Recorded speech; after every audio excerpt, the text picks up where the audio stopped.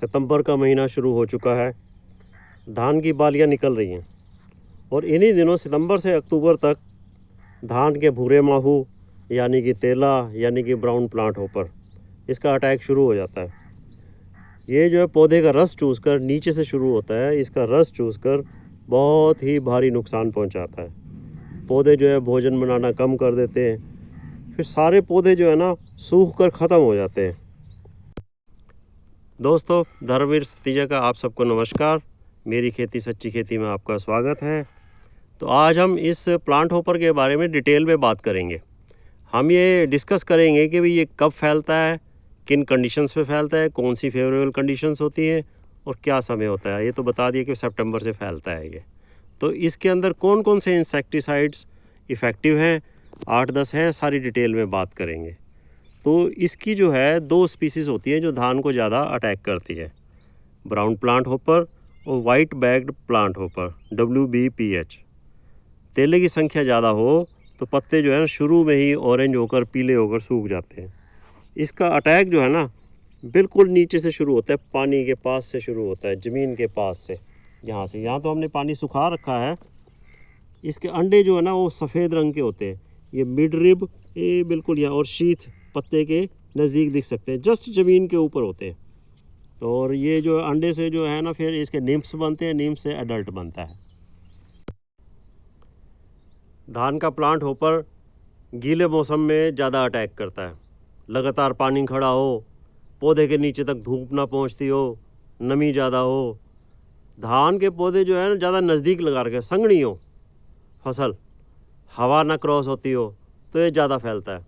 ज़्यादा नाइट्रोजन का प्रयोग किया हो और मान लो अगर हमने इंसेक्टिसाइड्स का प्रयोग कुछ पहले कर दिया है, ज़्यादा कर दिया है, तो तेले का अटैक ज़्यादा आता है। उसका कारण ये होता है कि जो मित्र कीट होते हैं ना वो मर जाते हैं, उनकी संख्या कम हो जाती है, तो तेले की मल्टीप्लिकेशन बहुत फास्ट होती है। प्लांट होपर बहुत जल्दी मल्टीप्लाई होते हैं, इनकी संख्या बहुत ज़्यादा बढ़ जाती है। पॉपुलेशन ज़्यादा हो तो सारा का सारा पौधा जो है ना वो सूखने लग जाता है। खेत में बड़े बड़े गोलाकार पैचेस दिखने लग जाते हैं, ऐसे लगता है कि जैसे फसल जलकर सूख गई हो। ये सारे के सारे खेत में फैल सकता है, 100% तक नुकसान कर सकता है। इस अवस्था को हॉपर बर्न कहते हैं। तो आइए देखते हैं कि किन किन कंडीशंस में ये ज़्यादा फैलता है, ज़्यादा अटैक करता है, ज़्यादा नुकसान कर सकता है, कहाँ कहाँ पर हमें ध्यान रखना चाहिए। अगर एक शाखा पर एक एडल्ट दिखाई दे जाए या निम्फ दिखाई दे जाए तो वो जो एक्शन लेने का समय होता है। उस समय जो हमारे को खेत से पानी निकाल देना चाहिए। रोज़ पौधे को अंदर से जाकर देखना चाहिए, बैठ कर देखना चाहिए, चेक करना चाहिए। ये इतने छोटे होते हैं कि इजीली दिखाई नहीं देते, तो इसका एक बहुत अच्छा तरीका है कि चेक करने का। तो उसके लिए क्या है, हमें एक सफ़ेद कागज़ लेकर, ये देखिए इस तरह से, ये मैं एक सफ़ेद कागज़ इस पौधे के पास रख रहा हूँ। अब इस पौधे को टेढ़ा कर दें,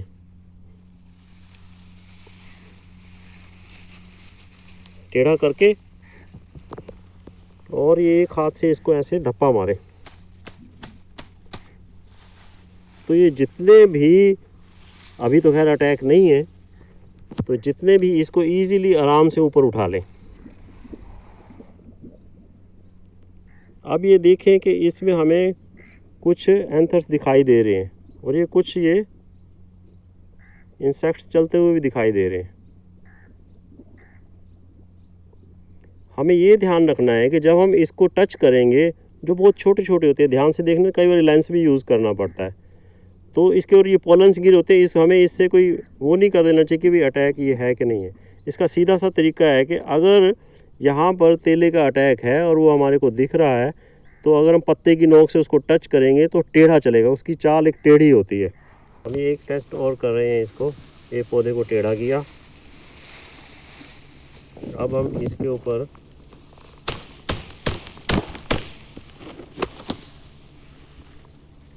ये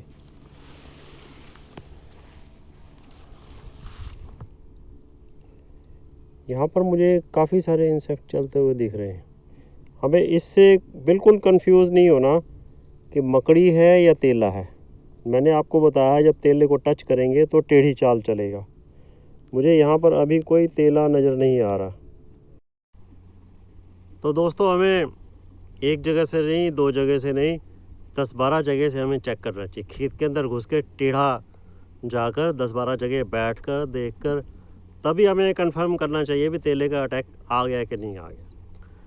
अब बात ये आती है कि भाई आ गया है तो अगर हमें एक शाखा के ऊपर एक हॉपर का इन्फेस्टेशन दिखाई देता है, मतलब अगर 20-25 शाखाएं हैं और 20-25 दिखाई देते हैं तो समझो कि स्प्रे करने का समय आ गया है, हमें एक्शन ले लेना चाहिए। खेत में पानी खड़ा है तो पानी निकाल देना चाहिए, रोज़ जाकर खेत के अंदर चेक करके नीचे बैठकर देखना चाहिए।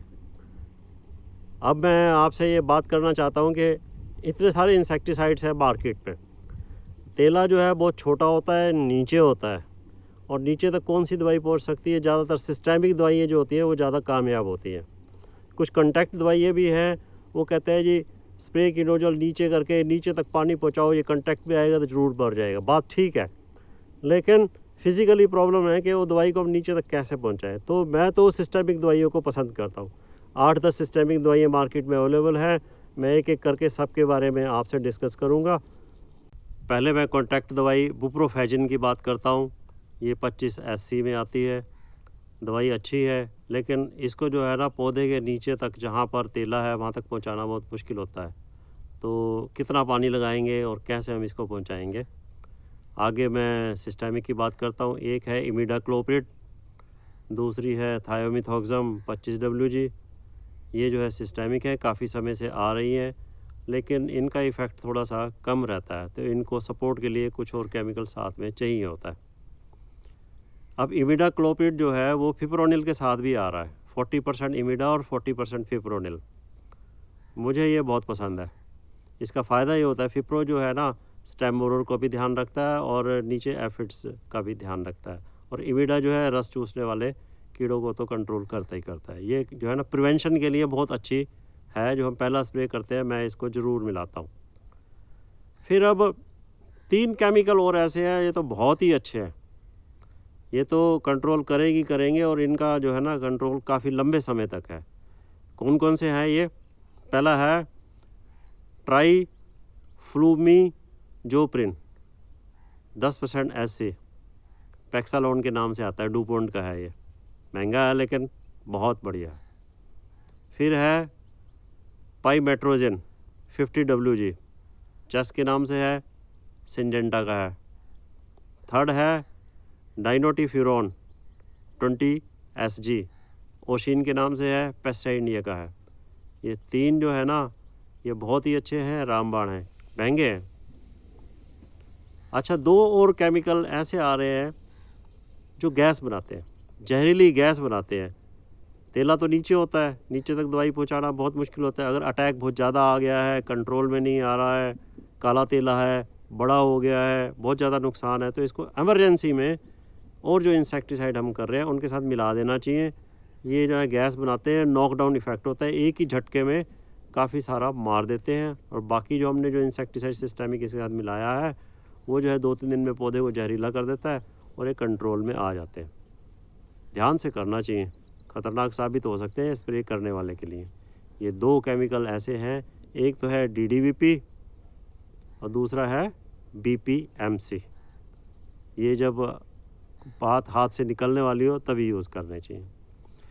एक और केमिकल है जो मैं अक्सर करता हूँ, वो है नीम ऑयल।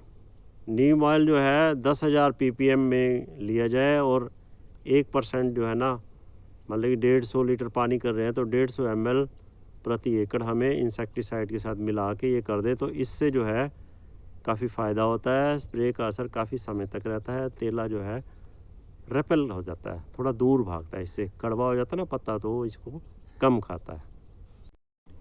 दोस्तों मैं आपसे इसके लाइफ साइकिल के बारे में भी डिस्कस करना चाहता हूँ, डिटेल में बताऊँगा।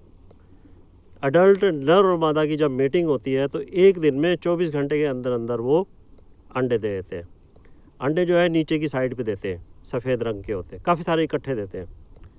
अंडे जो है 8 से 10 दिन में निम्फ बन जाते हैं, अंडे से निम्फ बाहर आ जाते हैं। निम्फ बोले तो जो तेला हमारे को दिखाई देता है ना, पहले छोटा होता है, इसके 5 इंच स्टार होते हैं, जो पहले से लेके 5वें इंच स्टार तक ये 15 से 20 दिन लेता है, बड़ा हो जाता है। और फिर ये नर और मादा में कन्वर्ट हो जाता है। नर और मादा जो है, नर जो है 15 से 20 दिन ज़िंदगी होती है, मादा की 15 से 30 दिन ज़िंदगी होती है। ये नर और मादा फिर मेटिंग करते हैं, फिर 24 घंटे में फिर अंडे देते हैं, अंडे से फिर निम्फ बनते हैं, निम्फ से ये सर्कल चलता रहता है। तो इसका टोटल लाइफ साइकिल जो है वो 40 दिन का होता है। तो दोस्तों मैंने पूरी कोशिश की है कि भाई आपको डिटेल में बताऊं इसका लाइफ साइकिल, क्या सिम्टम्स हैं, कैसे आता है, कौन सी कंडीशंस में आता है और कौन कौन सी दवाइयाँ हैं। तो अगर आपको मेरी ये वीडियो पसंद आई हो तो इसको लाइक, शेयर और सब्सक्राइब ज़रूर करें। Thank you.